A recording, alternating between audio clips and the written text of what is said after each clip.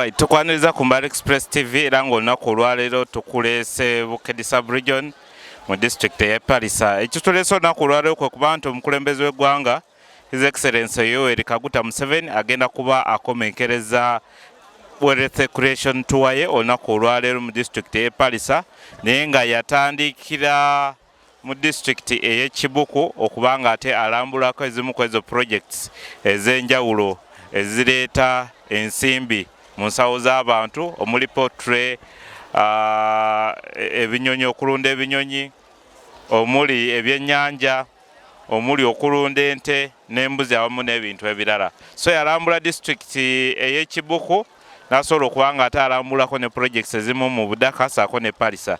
Olunaku olwajjo yasobola okuba nga ate asisinkana bannamawulire ku State Lodge ku maka ge ag'Embaale, amaka g'obwa President Embaale, saako n'okuba nti bwe yavudde awo ku makya n'ayolekera district ey'Butalejja okuba nga ate anyumyamuko n'abakulembeze ab'enjawulo okuviira ddala ku local councils eza wansi okutuukira ddala ku ba MPs ne baminisita mu ggwanga saako ne mu region eya Bukedi. Kakati olunaku olwaleero agenda kuba ayogerako eri abantu. Olunaku olwaleero wa public rally agenda kuba ekisaawe kino kyolaba kiri Kamuge kiri mu district ey'e Palisa era nga agenda kuba ayogerako n'abantu. Abantu bangi abajjumbidde ekintu kino era ng'olaba yero mungi saako n'abantu aba bulijjo nga womanyi nti Palisa district zezimu ku ezo Palisa ezirina population eya waggulu ennyo naye ng'abantu abali wano tebavudde Palisa wokka. Waliwo abavudde mu nsonda ez'enjawulo, abavudde e Butalejja, abavudde e Butebo, abavudde mu district nga eya Budaka saako ne districts zonna ezitwetoolodde bazze okuba nga ate bawuliriza ku ki omukulembeze w'eggwanga kyagenda okuba nga ate abagamba. Ekyaleese omukulu ono kwe kulaba enteekateeka za gavumenti ezireeta ensente mu nsawo y'omuntu nga PDM naddala kuba yaliko kati n'emyoga saako ne programs endala ezijja omuntu mu bwavu ezigendereddwamu okuba nga ate zijja omuntu mu bwavu zikoze zitya. Kuba President Museveni agamba nti ensonga y'enguudo kati mu Bukedi sub-region abadde agikutteko bulungi nnyo era nga gavumenti yasobola okuba nga ate ekola enguudo ez'enjawulo Palisa Kuumi, Palisa Kamonkoli, Palisa n'oluguudo olugatte Palisa ku Tirinyi zonna yazikoze, bazimaliriza. Kakati ndowooza district yokka etannafunamukko bulungi ziri district nga bbiri mu nguudo zino ye district ey'e Butebo ekyalimuko bubi saako ne district ey'e Butalejja ezo nno zibadde zikyalimuko bubi naye district nga Palisa, district nga Kibuku kuba Kibuku yo nayo yafunamuko mu project ey'enguudo esatu ezo saako ne district ey'e Budaka zibadde zikyali bulungi. Kakati ate district ziri Busia eyo border district eya Advantage saako ne district ey'e Tororo nayo border district ate erimuko ku makolero agasinga obungi. Kakati kyanjawuloko ne district ey'e Palisa kuba ate Palisa yo terinaamuko makolero goyinza kubanga ate olowooza nti gandireeseewo employment oba ne gasobola okuba nga ate gagattako ku nsimbi naddala ku nnyingiza y'abantu ba bulijjo. Kyekimu ne district y'e Butebo, kyekimu ne district y'e Butalejja ne district ey'e Budaka naye olw'okuba nti Budaka eri kumpi n'Embaale ndowooza erina omukuwa ku Advantage. So ekireeta Museveni olunaku olwaleero Palisa saako ne Bukedi nga concludinga Wealth Creation Tour ye kwe kuba nti agenda kuba ayogerako eri abantu ababuulire ye kiki kyalowooza ekisobola okuba nga ate kimalawo embeera eno eyankolera Kida Kyonkani. Kinajjukirwa nti Dr. Monica Musenero awamu ne ttiimu ye basobola okuba nga ate batuula ne bakola kye bayita Strategic Development Plan egenda okuba nga ate egobererwa singa kiba kitambudde nga bwe basuubira. Mu strategic plan ye bagamba nti omuntu waalunda enkoko esobola okuba nga ate emukolera nnyo saako n'okuba nti balima ebirime ebisobola okuba nga ate birwako bye bayita perennial crops kati nga emmwanyi nga kokoa bibimu ku ebyo bye basobola okuba nga ate barecommendinga mu strategic plan eyo, era nga Dr. Monica Musenero y'omu ku abo President Museveni byasobola okuba nga ate akwasa eddimu ery'okuba nga ate balowooleza Bukedi balabe ki kyennyini ekisobola okuba nga ate kiyambako abantu bano. So obutakumalira budde tujja kuba tukugattako abakulembeze naye tosubwa His Excellency General Yoweri Kaguta Museveni agenda kuba tumukutuusaako ng'ayogera right here mu district ey'e Palisa ku kisaawe eky'Ekamuge wano mu Bukedi sub-region. Nyanze wele Yahaya, Deputy RCC Wambale City, atwala ekitundu ekya Northern Division. Twebaza gavumenti ya President Yoweri Kaguta Museveni okutufuga okutambuza obulungi paka myaka gino. Ensonga y'obwavu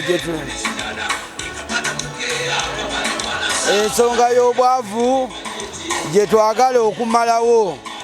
Kati tulina pulogulaamu ey'emyoga, pulogulaamu ya PDM eno egenda okutuyambira ddala okugoba abantu mu bwavu, naye kye tusaba abantu kwe kukyusa endowooza, okulaba mindset change, okulaba ng'abantu baffe benyigira mu kukola babeere n'ennyingiza mu maka. Then ekirala okusomesa abaana, amaka agatasomeseza abaana gaba gakulemberwa bwavu. So tukubiriza abazadde tukole tusevinge nga bwe tusomesa n'abaana. Abaana bawumudde bali mu luwummula abamaze ebibuuzo, tukole nabo emirimu awaka, tubayigirize emirimu gy'omukolo n'egy'omutwe. Then abafunye sente za PDM ozikozesa obulungi. Buli enterprise gye wasaba gy'oba okola, okulima, okulunda n'okulaba nga tugoba obwavu mu maka. Mwewale ogenda mu bamanerenda, manerenda babawola sente amagoba mangi, eza PDM ziriko 6%. Tuzikozese tugobe obwavu, then tuyige okusevinga sente. Olyeko katono naye nga bw'osevinga, then tutandike okulima okw'omulembe, tuve mu subsistence into commercial, ng'oba n'emmere gy'osobola okulya ekyemisana n'ekyeggulo n'okutunda.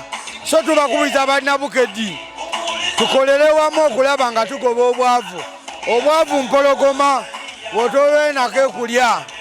So kati tuba twagala amaka gatebenkere okugoba obutabanguko mu maka, kulaba nga tukola nga tulina ennyingiza mu maka, then okolaganira wamu n'okulaba nga twesigaŋŋana.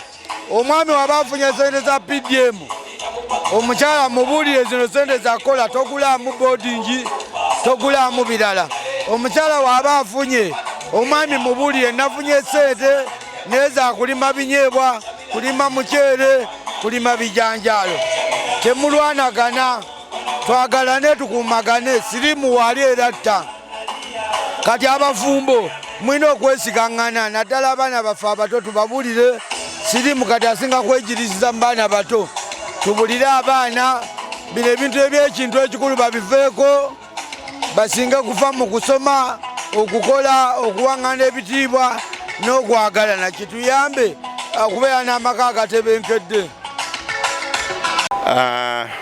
I'm Dr. Patrick Lodoi Mutono, Member of Parliament for Table County.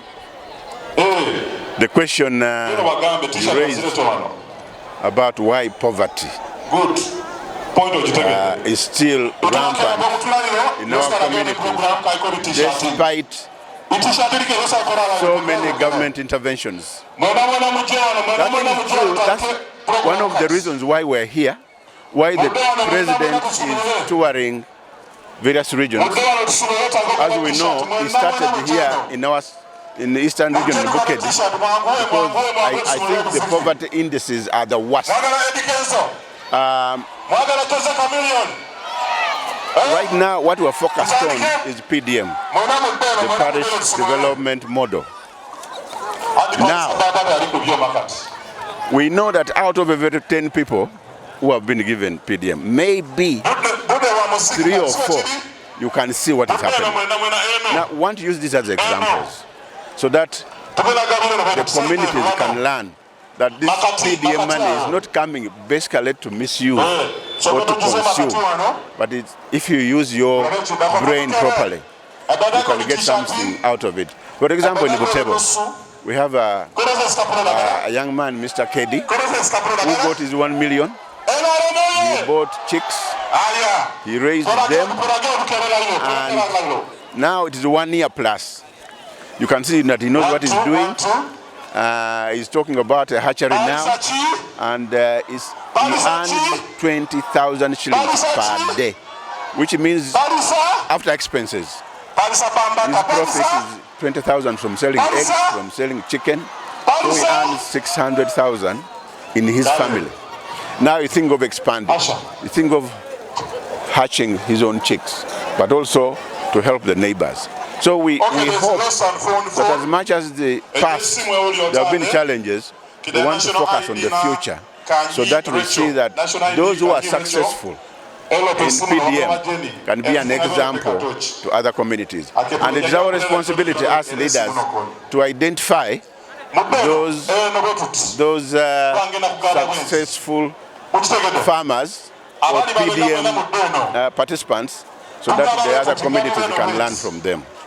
So I'm hopeful for the future, and we thank the President for coming up with that program, and he's here today to talk to the whole entire people of Bukedi. People are coming all the way from Paris, I mean from Butevo, from Busia, from Tororo. He has been in a number of districts, but today is the last day here where he's going to get the final speech to talk about issues of poverty reduction. Zabanje Tahamza Banja, the Deputy RCC Wembali State, and Twalik Tunucho Industrial State Division. Atuli Anepalisa, at Wiziro Kulare Yomukuru, His Excellency the President of the Republic of Uganda, Yahweh Kaguta Museveni. Ereizo twaba Mukunga Nalwa Kulembeze Eutaleja, Ababukedi. Erensonga Jatumire Kunti, Abantu. Bafunire ebintu bingi omu government eno ne abantu balemere muki omu utaki kwa yabara agwa example ngo wona nti abantu bali kutaka maramu bali kutaka tamaka nenga aba beto maramu nenga omutamaka bali naye tete bakwesa kusana niki otamaka bandika ku muogo kukalya muogo tete balema okola ekintu kyandi bali niki ekizwamu ekintu ekitufu nga yawaire example mwana mwaine ate anu iswekire meira abantu omuwavu muntu afune milioni yesente nende nomufune sente tena anatandika oba iduka eiduka eryo letaaga ebintu ebitandika okola iduka ngokali kola niki ngokali kuteekamu na bintu ewasuula ekintu kikyamu kyeva yabeera akanze nti okole oyabe ofune milioni enu ogiteeka at least omulimi motandika empola mpola tolemu niki esente oba oyabe okole enkoko ejo gizwemu ekyakola niki netete abantu baba batandika okola ekintu nga cost esente joli kozesa okola ekintu tete nga nyingi gye watu okusinga gye watu olamu niki omukintu kyokole niki ekyo otundire so yawo kubala abantu nga bakaze ntwere mu milioni 2 nenga akwesere milioni mwezana akwesere kumpi milioni tete gibire gindi ekyo kikyamu so tukubiriza abagwere baiswe nti eba kuwesere teginu oti amekusani okole plani eyo ekuzweremu owone kintu kitufu dala nicho kyolikola kyazo amagobo obabbe ekyo niye kikulu kye tulika olwatyano. Ibrahim Aisu, I'm a former vice chairperson at the district of Palisa. We are here at the Kamuge Saza ground to welcome our His Excellency Yoweri Kaguta Museveni on the programs of PDM and Emyoga. We want to appreciate and give a hand clap to His Excellency for the programs he has given to Palisa and Uganda at large. However much that many people have benefited and some of the few have not yet benefited, it's the recklessness and some have taken some of these programs as a by the way, of which we have to know that whenever you have an opportunity and whenever you get an opportunity of such programs in the district, you need to know that these are programs that can help you to develop, also to see that you fight poverty, ignorance, even diseases in your household. We know that His Excellency has been coming up with so many of these programs. But many of us in Uganda here, more so I'll talk of Palisa, the beneficiaries have got this money, but still we have that challenge of seeing how we can try to sensitize on how to use the effectiveness of the programs. Yesterday, but we had one farmer, actually whom we went and tested to see how far he has benefited out of the Emyoga and PDM. In Agule, we had a few of them. In Opateta, we had a few of them. In Town Council here of Kamuge, we had a few. Even Palisa Town Council, they are there, and they have shown that even if they add them more still, they will show the president that the programs are of a benefit and still they can fight poverty, just like he has been coming up to state it, that Emyoga and PDM are the only way to go in fighting poverty and other areas of seeing that someone increases on his house income. His Excellency.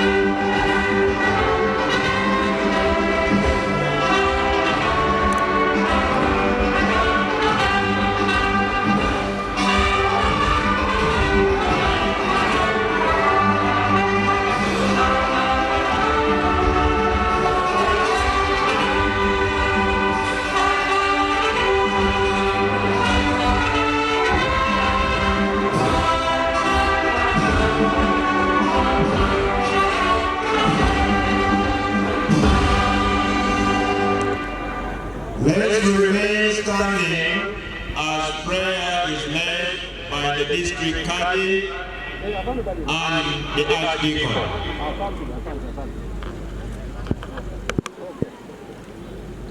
Mzee Kalama James, F1 Chairperson, Ochifuti Lokagamo, DC, Mukamuke Town Council. Your Excellency, Bucha Oja, Mukurenze, Mzee Kachia Manange, Ichari Kurenze. You are the sole candidate and the president of the Republic of this country.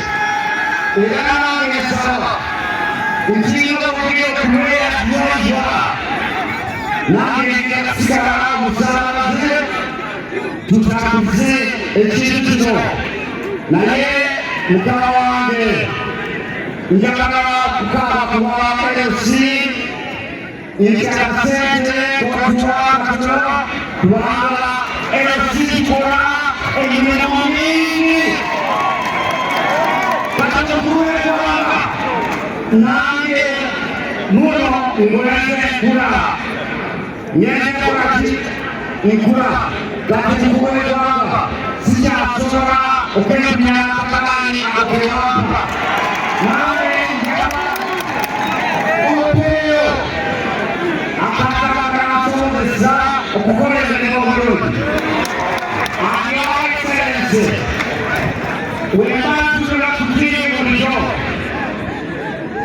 indaba hajetuhajirana nawo unewaebera ng'ababa bapikipiki ng'ababa ebitebe byabo ate baba wabiyobalo naffe abantu beetuge tusaba hajetuhajirana nawo ebyo byabayakolere nabakolere wano finally njagala okwaniriza omukulu w'eggwanga era n'okukkiriza olukuŋŋaana luno lugende mu maaso eziguddeyo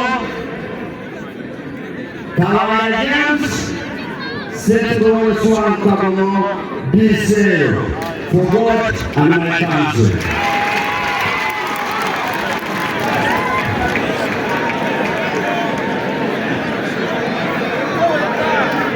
May we thank the chairman, MC1.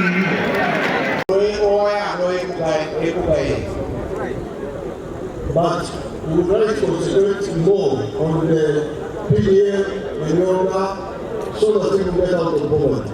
If we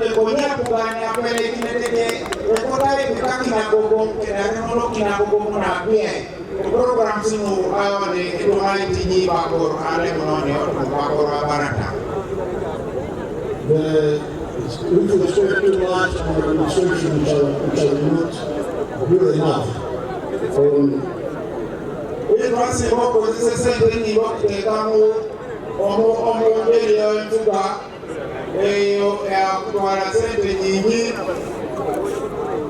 Now, with the words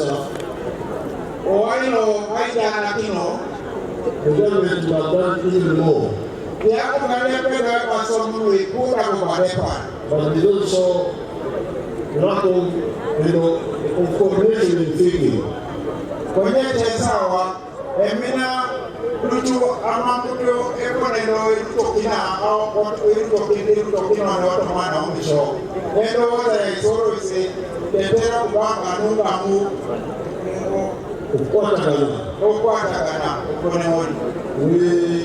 In 1996,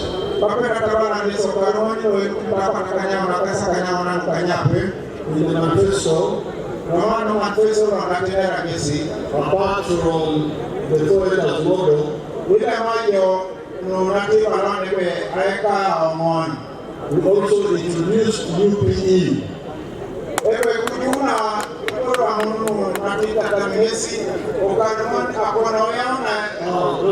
The immigration now.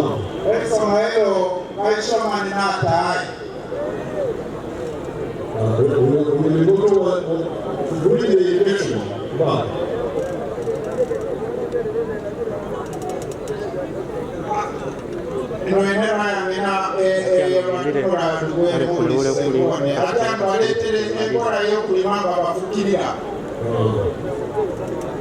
So the people who are not in the swamp, you bring it and hold it. Bring it, hold it there. Now the people who are not in the wetlands, they are using the water from the wetland to irrigate those, I think those are affected or something.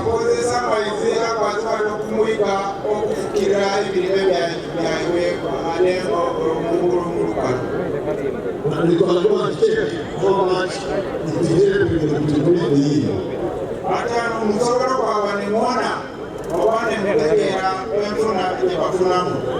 So in the 1991, in the 1996, apart from the 4 years model, we introduced UPE.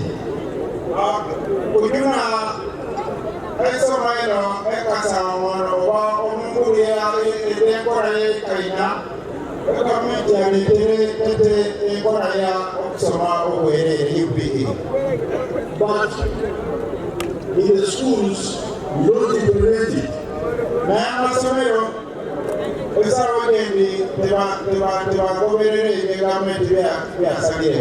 They still introduce school charges. And as a consequence, so many children drop out of school. They are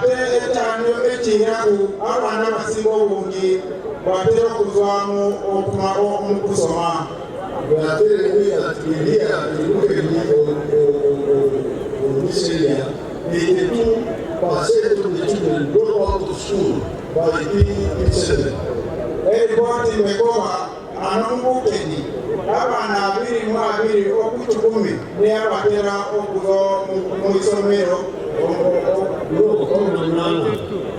abana 18 okutukumi batera okuzo mu kusoma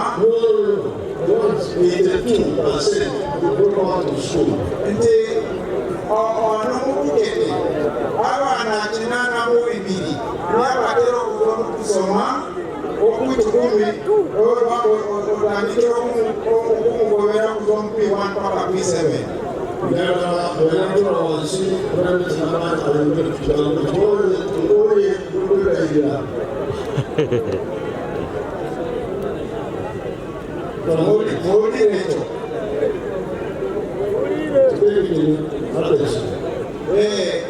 So achepaki eminane adiakana raomo mache concentrating on the Torah and Weza, but forget to obey that.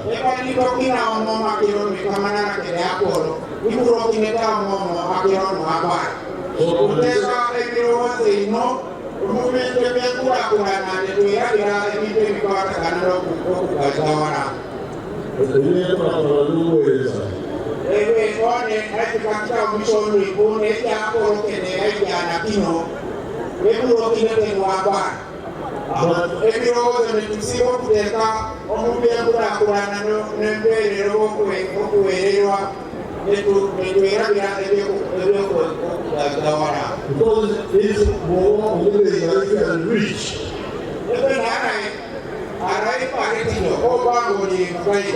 You can even do your own Quran.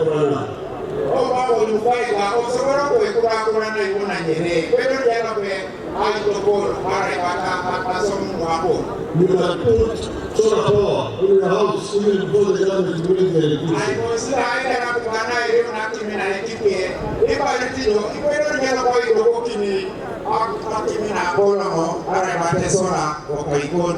You can do what harvesting. You can do what harvesting from the youth. You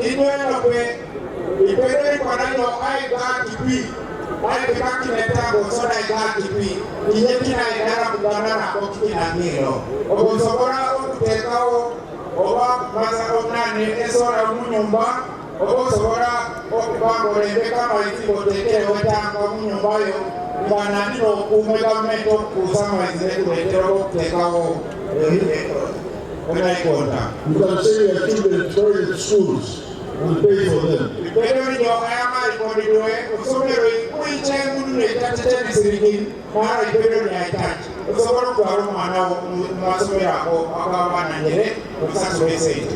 go to a private clinic.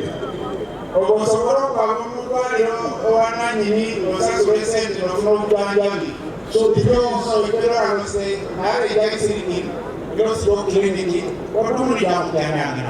please obey God.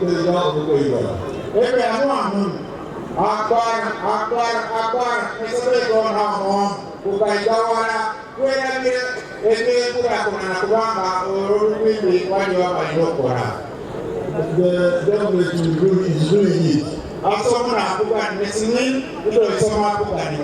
Government is doing it. It's And we're even coming to do your reading.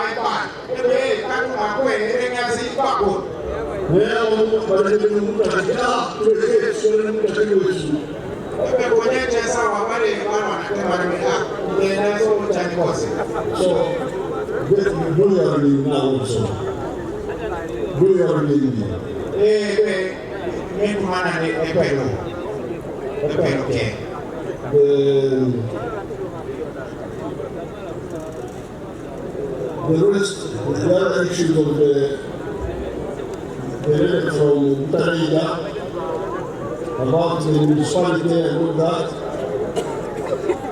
There was that from Bukedi about the municipality. The chairman never say one when he was here. Yeah. Oh, yeah. On the municipality. Oh, quite yes. You see, those municipality. Okay, mono municipality mono elected They increase. We are calculated. And Tanzania administration. We are calculated.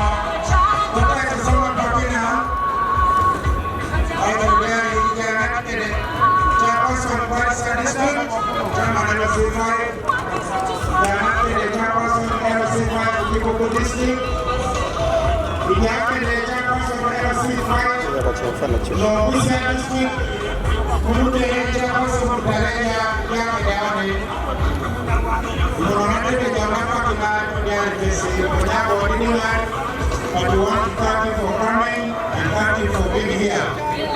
Thank you very much.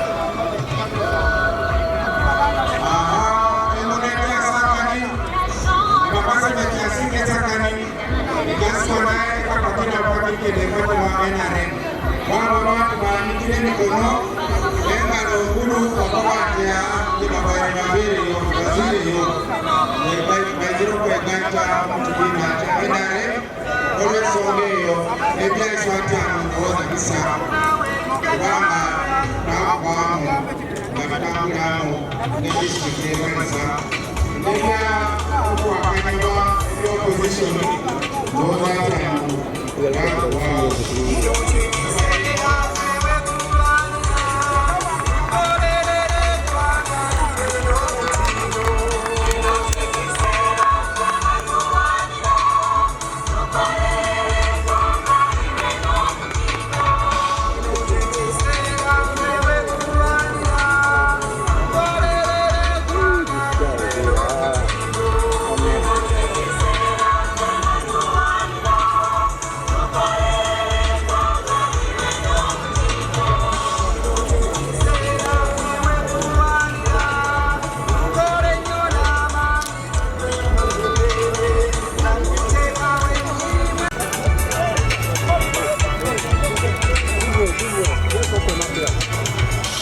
It is done. Let's fall back.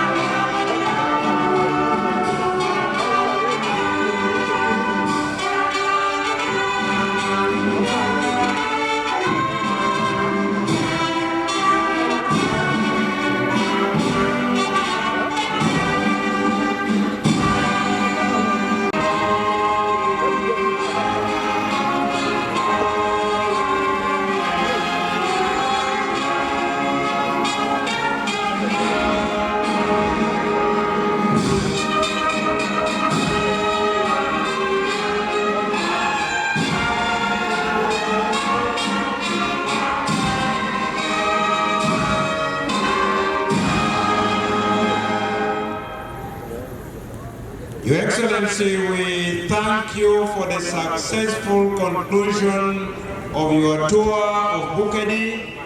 Day 1 was successful, day 2 was successful.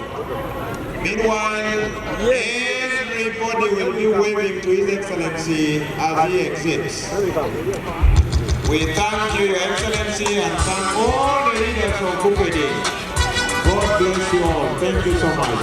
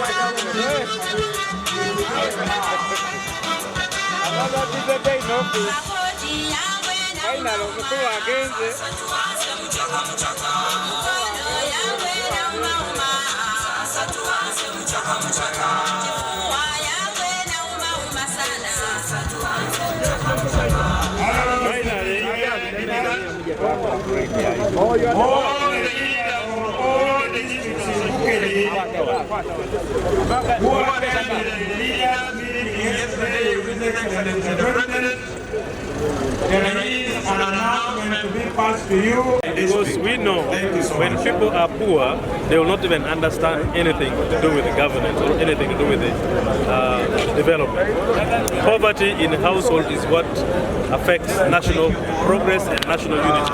So when we quantitatively.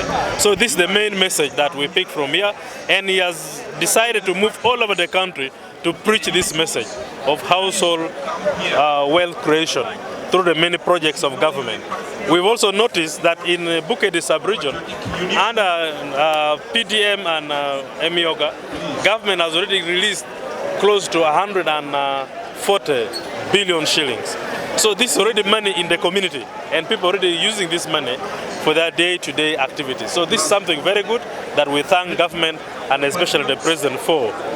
And so as a party, we are happy that the government is in line with implementing the promises that we have put in the manifesto. And we know the next manifesto we shall give more promises to the people of Uganda.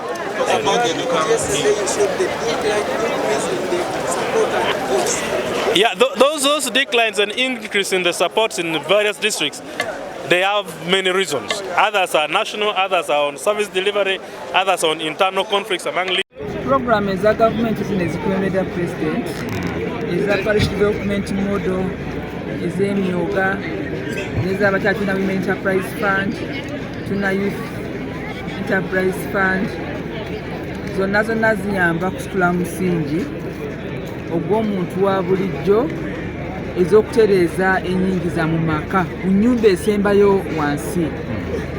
Naye mu kulaba okwange ng'aweereza abakyala ba Uganda, zino ssente oba obusobozi buno businze kuyamba abakyala abadde tebafunanko wadde miliyoni emu mu bulamu bwabwe, naye ng'asobola okufuna miliyoni ey'emu n'aba ng'alina kaakola ku lubalaza awaka, oba atunda nnyaanya, oba atunda kabeji, oba alina ekyalaani ky'atunga naye nga tebwalabirira awaka bw'alima, oba n'okulunda enkoko. So mu byonna puroguramu eno ekutta omuliro era ekutta akati, naye ng'essira omutindo guli ku bakyala. Badde enkubiriza abakyala bajumbire nnyo okufuna essente zino, bazikozese nabo nga bayamba ku maka gaabwe, nga bayamba ku baana n'okuyamba abaana. Gwe musingi Pulezidenti Museveni gwatukulembeza emyaka gyonna era guze gulambikibwa mu NRM manifesto zaffe zonna ez'emyaka gyonna okuviira ddala 1996 akalu ka 96 paka n'olwaleero. Puroguramu esinga bwe twafuna eddembe ne tufuna n'obwetwaze mu Uganda, katuli ku nnyingiza kuba bwavu mu maka, kuyambako abantu babe nti balina webasitula bagiyita ntobo, okufuna entobo noba ng'olina weweetegeredde n'otambula. Era mumanyi nti omusingo mutono nnyo nnyo nnyo nnyo kulaba nti nno amagoba ago gajja kuyamba. Ssente tezigenda kuva ku parish. Olwaleero tuwulidde nti kaakati buli parish mu Uganda, ate parish bamu byalo 12 zakafuna miliyoni 300 miliyoni. Naye kwa 300 miliyoni nga nze ng'owabakyala buli miliyoni 10 miliyoni 3 z'abakyala, n'ate miliyoni endala 3 z'abakadde. Ne mwaba abakadde mulimu abakadde abakyala, ate miliyoni 2 z'abavubuka, naye mwaba abavubuka mulimu abawala abavubuka abakyala abatandise okufuuka abakyala. So njagala okubiira omulanga guno ffe tujumbire nnyo omutindo guno, gujja tuyamba. Naye ate nga neebaza abantu b'e Bukedi, tubadde mu ennaku 3 kuva ku Lwokutaano, twali e Budaka e Palisa nga Pulezidenti alambula projekiti z'abantu abalunzi n'abalimi. Jo twabadde Butalejja ng'ayogera eri abakulembeze, olwaliro tubadde ne Lwalewa ne Palisa e Kamuge eya community yonna. Naye abantu bajumbidde bulungi, bawuliriza era batuwadde obujulizi, tebayita witness, batuwadde obujulizi obuyamba. So puroguramu eddako egenda kubeera Bugisu. Pulezidenti oba mu Desemba nga yakatandika, tukubiriza bonna bonna ab'Embale mwebale kyaza Pulezidenti naye abadde Bukedi. Puroguramu eddako egenda kubeera mu Erigoni etandikira Bugisu. Pleased to say that His Excellency the President has had a very successful trip, which is the zonal trip that he's undertaking, which is going to capture nearly 1.5 months of the country. This has been his first trip in the eastern Uganda, and we started with Bukedi. Next week we start with the Teso, then we go to Karamoja, then we come to Sebei, we come to Bugisu, then we go to Bisoga. All these are capacity building. The President is answering and accounting to the people of Uganda on the key aspects of the manifesto. And as you saw, key sectors, the Minister of Education, the Minister of Transport and Roads and Works, the Minister of Finance in charge of Emyoga, and Minister of Health, and so on and so forth, have delivered papers and statistics on the progress that has been made. I must say that the National Resistance Movement as a party has made tremendous efforts in addressing the manifesto, which is a social contract with the people of Uganda, especially the East, which performed very well. It was number 2 in the campaign in the country. To the West. I want therefore to say that we are now going to move to Teso, but in delivering the message, the President has performed very well. We still have issues at the micro level, that is poverty, youth unemployment, and service delivery. But that we are going to focus in ensuring that we deliver. After all, Rome was not built in one day. It takes time, and as the Baganda have a saying, Kamu kamu be Muganda, bugu bugu simuliro. We shall get there.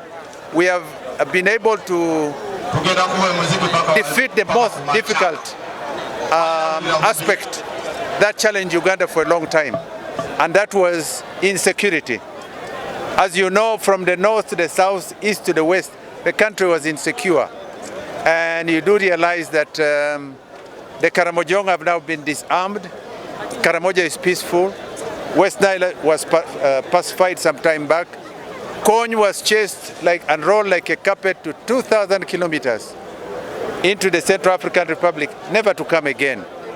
ADF has been contained, is now in the DRC Congo, and the country now is peaceful from the north to the south, east to the west.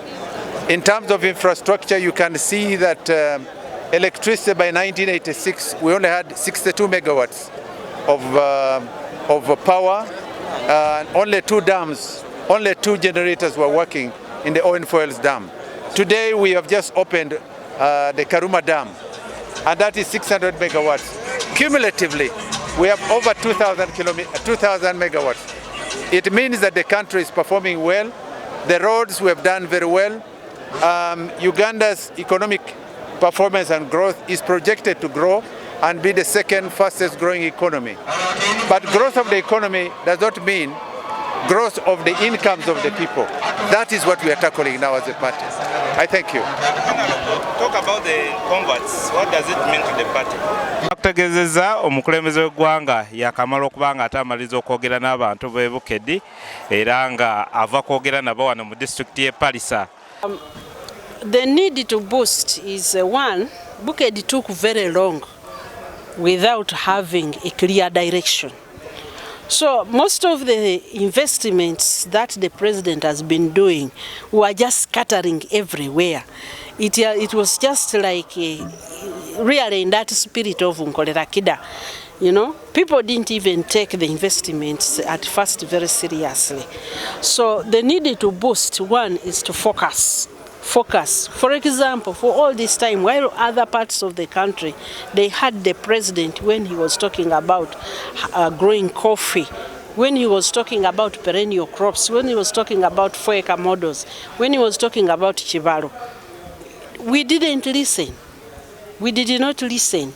So we just kept moving, growing maize, growing rice, destroying the environment because we had not understood. Now, the one thing which has happened is that people have now understood the Chibaro.